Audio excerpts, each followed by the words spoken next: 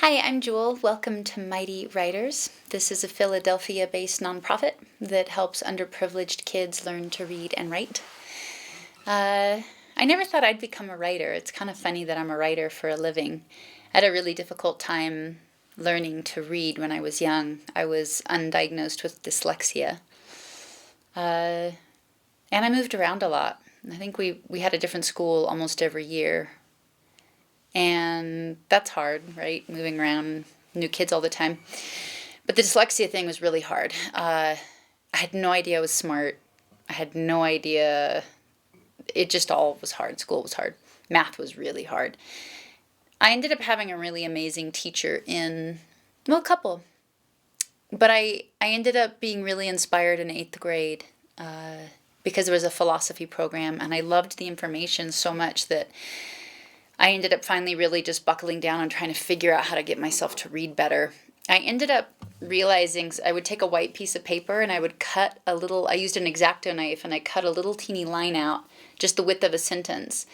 And I would lay that over a page in the book, and all I could see was one sentence at a time. And then I would just move it down, and that really helped clear up my vision because my eyes saw all the white on the page instead of the black. So if I saw a whole page of typed, print, I just kept seeing all the white little squiggles, and my brain kept trying to make sense of those patterns, and it didn't try to make sense of the white typed patterns. I had to rewrite and paraphrase everything in my own language. I'd write in the paragraphs every single sentence and then paraphrase what the paragraph's point was. It was very arduous, but again, I just loved what was in those philosophy books so much that it was really worthwhile, and it ended up being an incredible skill. It taught me to think, it taught me I was smart. But the teacher also saw that I was good at it, and he let me teach my own class of peers. I had my own 8th grade class, and I would lead their symposium. And then he let me teach high school teachers and how to teach teachers to teach their kids. So it ended up being an amazing experience, and I've really come to see my dyslexia as an advantage. I see things differently than other people. And as soon as I stopped focusing on how I wasn't the same, but how I'm trying to think of how to say that better. I spent so much time worrying I wasn't good enough. When I stopped doing that and put that energy into going, what makes my brain unique or special, things really changed for me. I realized my brain does things in a different way, but in a really cool way. And I see patterns in a really interesting way. And it's different. And it actually is a real advantage for me in my life. So I'm glad to be doing this today. I encourage viewers to donate at mightywriters.org, mightywriters.org. And I'm going to play a few songs for you today. Maybe I'll start with a first one. That's all right, doesn't matter. This is a brand new song. It's called Grateful. So I suffered from really bad anxiety as a kid. I moved out when I was 15. Where do I start? Short story is my mom left when I was 8. My dad raised me and my 2 brothers. He had bad PTSD. He was an alcoholic. He was abusive. I moved out at 15. I started paying rent.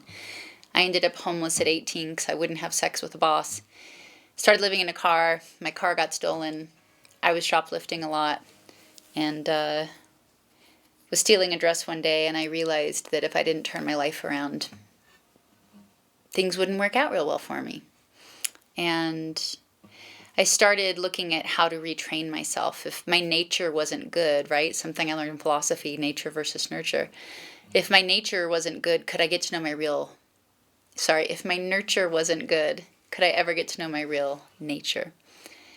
And what if for those of us that weren't raised for generations with good nurture, were we all just screwed, or could we get to know our nature? Was there happiness possible for us?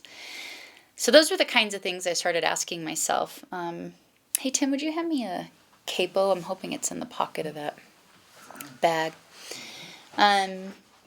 So those are the types of things I started asking myself, and why I started writing songs was to answer those types of questions. Let's see, one of the first songs I ever wrote was really about that. Maybe I'm going to start at the beginning for y'all. So this is the first song I ever wrote. I wrote this when I was 16. I was living on my own. I was going to school in Michigan. And for spring break, I decided to hitchhike across the country, hobo by train across the country and hitchhike through Mexico.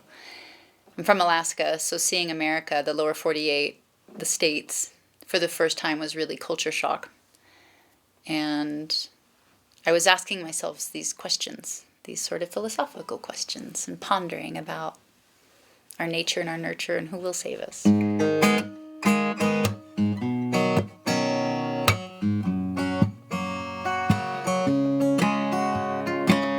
People living their lives for you on TV. They say they're better than you and you agree. She says, hold my calls from behind those gold brick walls. Says, come here, boy, there's nothing for free. Another burger, another hot dog, some fries. You wishing the well, hope your health don't go to hell. Well, another doctor's bill, a lawyer's bill, another cute cheap thrill. You know you love 'em if you put 'em in your will. But who will save your soul when it comes to the flower? No, you will save your soul after all those lies you told, boy. Who will save your soul if you won't save your own?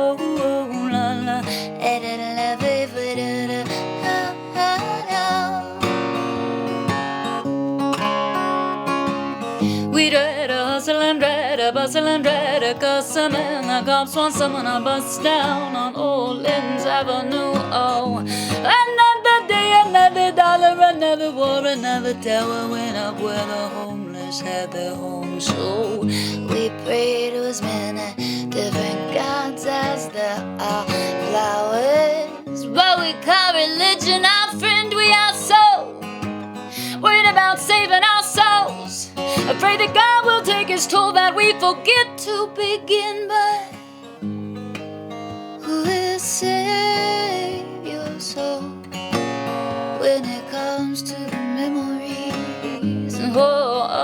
Yeah, will save your soul after all those lies you told?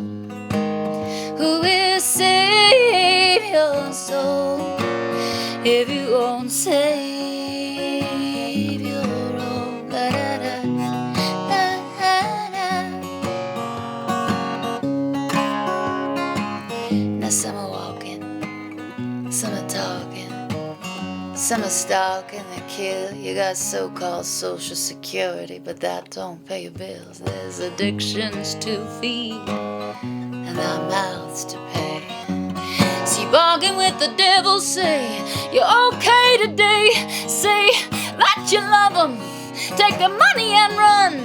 Say it's real, sweetheart, but it would you one of those things, those strings, those flings, those strings, those flings, those strings, those flings, those strings, those flings, those strings, the things, the things, the things, the things, the things. You gotta cut so good out of the streets, go right now and bust all your butts. Who will save your soul when it comes to the memories? Oh, hey, hey, will save your soul after all those lies you told? Who will save your soul if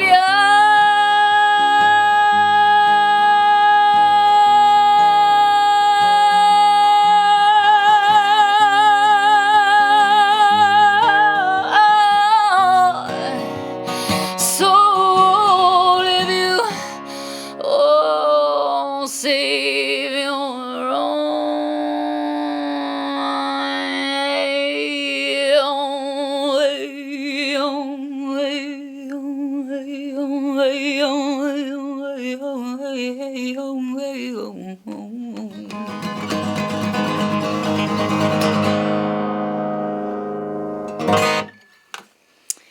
That's Will Save Your Soul. That was the first song I wrote when I was 16, very heavily influenced by reading philosophy, because my teacher at a school in Anchorage, Alaska, his name was Ken.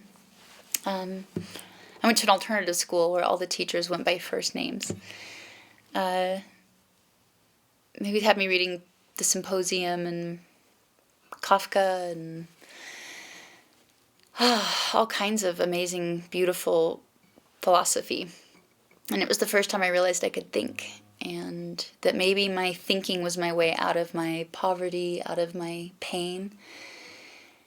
And I got very into reason.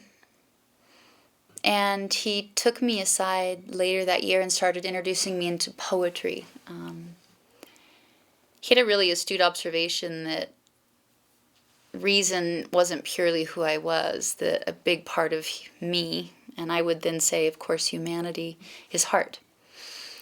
And so my writing was really influenced by finding highly intelligent and philosophical writers, but then was also equally, influenced by very emotional poets like Pablo Neruda or Lorca.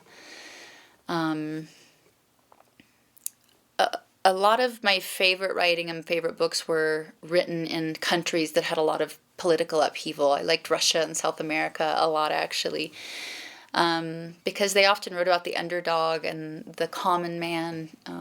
Chekhov, Russian short story fiction and playwright, to Dostoevsky, to Nabokov, who I guess is, if I had two favorites, it would be Nabokov and Steinbeck.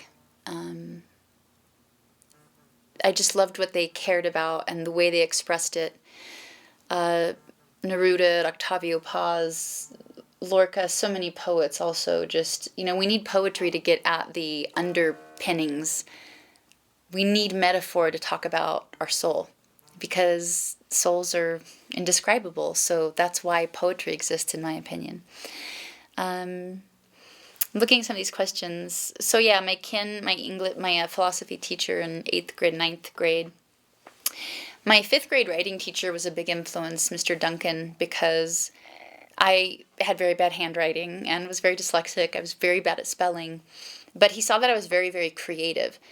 And he let me write creatively. I would write just these long, creative things with very bad spelling and very bad grammar. And if he had forced me to follow the format and drill in that spelling and drill in the everything else, my penmanship, I would have fell out of love with writing. I had these thoughts spilling out of me, and if he forced me to worry about all the little details, I really think it would have killed my spirit, and he knew it. It's an amazing thing. Years later, I went home to Alaska, and he found me and he gave me my 5th grade writing folder. It was just such a neat thing. I saw that I was writing short stories about being a homeless man. Isn't that funny for a little 50-year-old girl in Alaska to write? But he clearly saw something in me and nurtured it and let this stuff slide, like grammar and spelling. I mean, it's funny. I'm a writer and I don't have great grammar. But I ended up reading so much that I learned to write well because I had great examples. I just sort of learned it internally. But it still isn't all right or correct, but it's creative and it's inventive. So if you have creative, inventive, go for that. Best writing advice I ever received? I don't think I ever got any. I only made it through high school. But I think the best thing that happened to my writing was him letting me be creative. What's the first book I fell in love with? I don't know. Maybe Allegory of the Caves by Socrates? Or was it Plato? I'm going to Google it while we're talking. The Allegory of the Caves is amazing. I actually wrote a book recently. Allegory of the Cave, Plato, yeah. And the effect that the Allegory of the Cave had on me, it's about basically how do we understand what reality is if reality's always been based on a shadow, basically. But let's see. I'm going to sing you another song. And I think I'll kind of go in a little bit of chronological order.